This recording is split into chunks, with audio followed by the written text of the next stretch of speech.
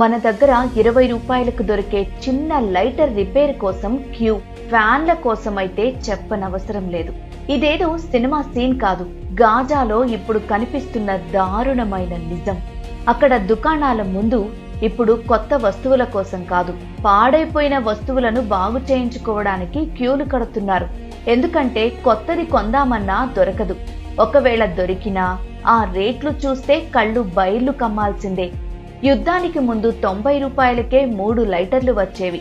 ఇప్పుడు ఒక్క లైటర్ కొనాలంటే 4000 రూపాయలకు పైమాటే.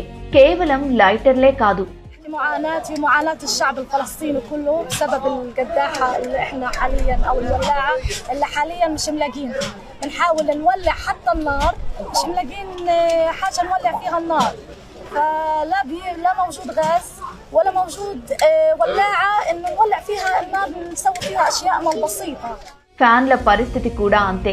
యుద్ధానికి ముందు 9000 రూపాయలున్న ఫ్యాన్ల ధర ఇప్పుడు 40,000కు చేరింది. ఓవైపు ఎండలు మండిపోతున్నాయి, గుడారాల్లో ఊపిరి ఆడని బుక్కపోత. కొత్త ఫ్యాన్ ఏమో దొరకదు. దీంతో శిథిలాల కింద దొరికిన పాత ఫ్యాన్ మోటార్లను అక్కడి ప్రజలు వెతికి తెచ్చుకుంటున్నారు. ఒక ఫ్యాన్ విడిభాగాలు తీసి ఇంకో ఫ్యాన్ కు అమర్చి మరీ వాడుకుంటున్నారు. ఇందుకోసం రిపేర్ షాపుల ముందు పడిగాపులు కాస్తున్నారు.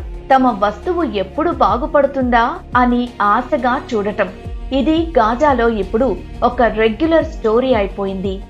عدد المراوح في البيوت انعدم، واللي موجود من تحت ركام الطلوع، يعني بيجيبوا لنا الزباين، بنجيب احنا بعض المواتير هدول التعبانات وبنصلح موتور من موتور، لكن ما بتحملش لانه عمره الافتراضي خلص، لانه احنا لنا ما يقارب 3 سنوات ولا موتور دخل قطاع غزة.